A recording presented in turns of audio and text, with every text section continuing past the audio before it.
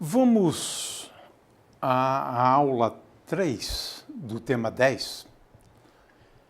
Gostaríamos de falar umas poucas palavras sobre Newton e a sua grande obra, publicada na realidade em 3 volumes, né? Denominada de uma maneira simples, né? Curta, por Os Principia. Ora,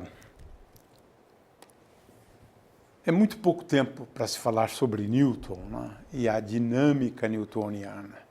Newton investigou as causas, né? E as consequências, né? Das suas leis, né? Leis de Newton, 3 leis ele enunciou, né? Então, Newton é a figura central da mecânica, né? E não temos a menor dúvida, um dos maiores gênios da história da humanidade. Newton não se ocupou apenas da mecânica. Ele escreveu um livro que foi traduzido bastante recentemente pela EDUSP. É um livro sobre ótica, está aqui, né? Luz, né? Um tratado sobre a luz. Também, Newton desenvolveu o que era chamado de fluxons, né?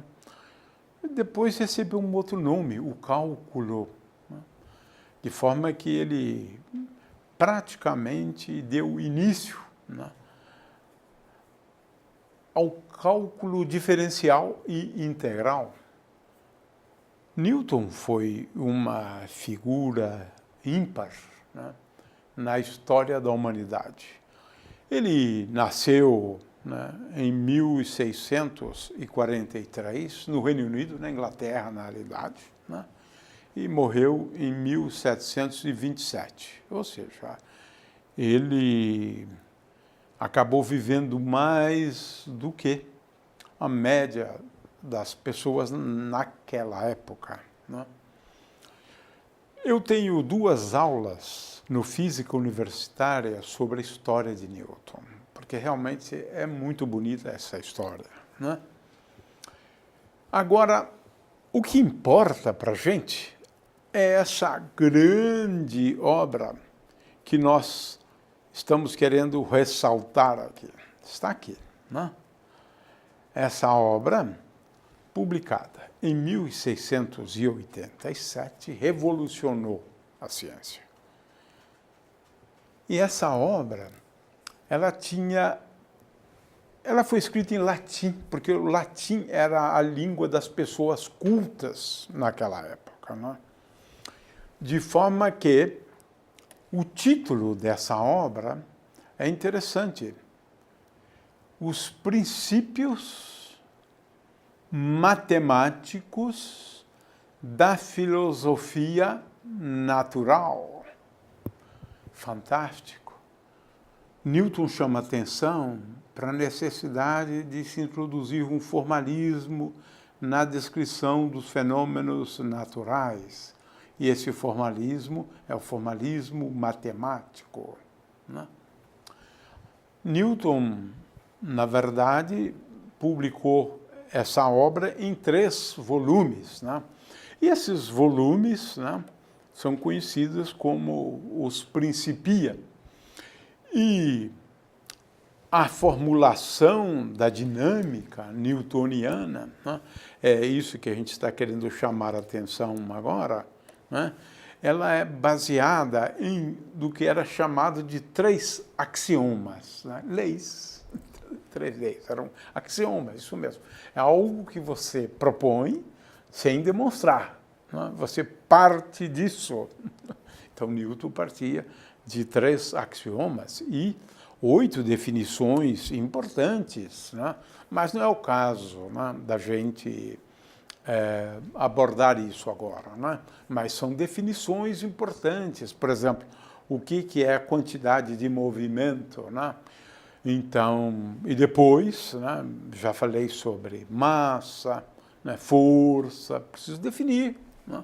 Preciso entender a partir de definições, né, bastante precisas, né? Logo depois, Newton propõe as leis, que ele dá o nome, né, de axioma, seria um bom nome até hoje, né? Ele resolve nesse livro alguns problemas, é interessante isso, alguns problemas com o seu cálculo diferencial integral, apesar de nunca estar explícito no livro, né? Um livro difícil de ler, nossa, muito difícil de ler, né? Então, nesse livro, ele resolve, né, alguns problemas, né, até mesmo problemas envolvendo forças viscosas, né? Propõe, né, a lei da gravitação universal, de que forma que, é curioso, tudo no mesmo livro. Propõe as leis, propõe a lei da gravitação universal e agora aplica a lei da gravitação universal para demonstrar as leis de Kepler, porque as leis de Kepler eram leis empíricas, baseadas na experiência, sem uma teoria por trás, né? E a teoria por trás, então, das leis de Kepler foram... A teoria foi formulada, então, por Newton. Ora, essa foi uma grande realização na história da humanidade, porque agora a gravitação passou a ser, como o nome aqui indica, né? Olha só, a gravitação passou a ser universal. A gente explica a queda dos objetos na Terra e o movimento dos planetas. Pronto. De forma que é universal, não vale só aqui nesse mundo, como era a dinâmica aristotélica. Na verdade, os antigos sempre pensaram numa dinâmica para os corpos na superfície terrestre e outra dinâmica para os corpos que se movem no universo, no espaço, né? Essa teoria não, ela é voltada para explicar os movimentos aqui na Terra, os movimentos em torno do Sol, os movimentos, na realidade, no universo como um todo, né? Então, o primeiro livro, ele considera, então, um movimento de partículas sob a ação de forças, né? Conceito que ele define claramente. Quer dizer, no primeiro livro, Newton, basicamente, né, ele se preocupa, isso que quer dizer, ele estabeleceu as bases da dinâmica, né?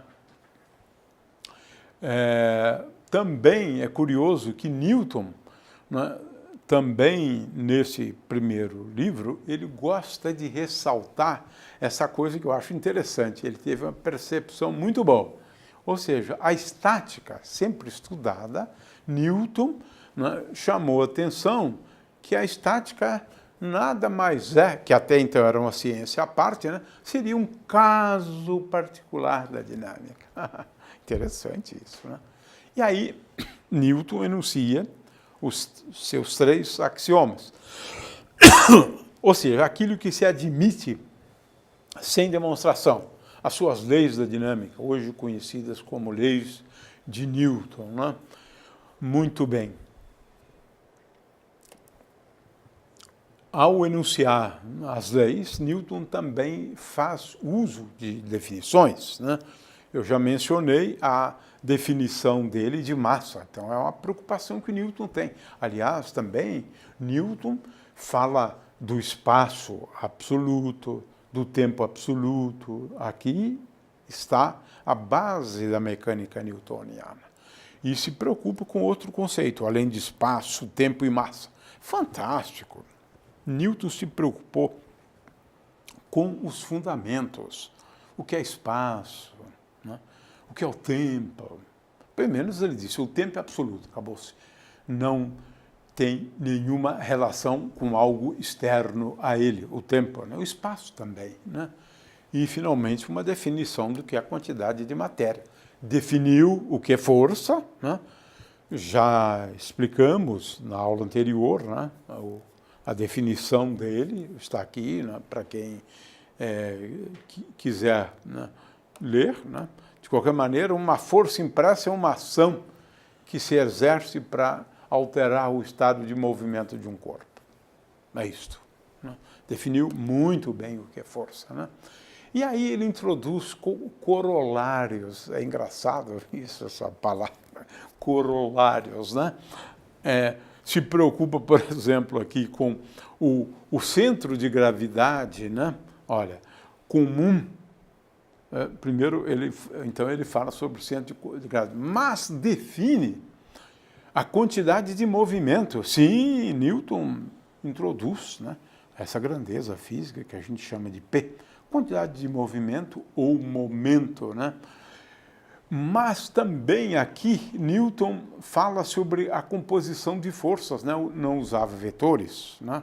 Mas de qualquer maneira essa aqui é uma regra do paralelogramo, né? Na verdade o primeiro aqui, né? A regra do paralelogramo está aqui, né? Somar forças, né? Então são corolários, né? E isso é bastante interessante, o cuidado de Newton na sua formulação.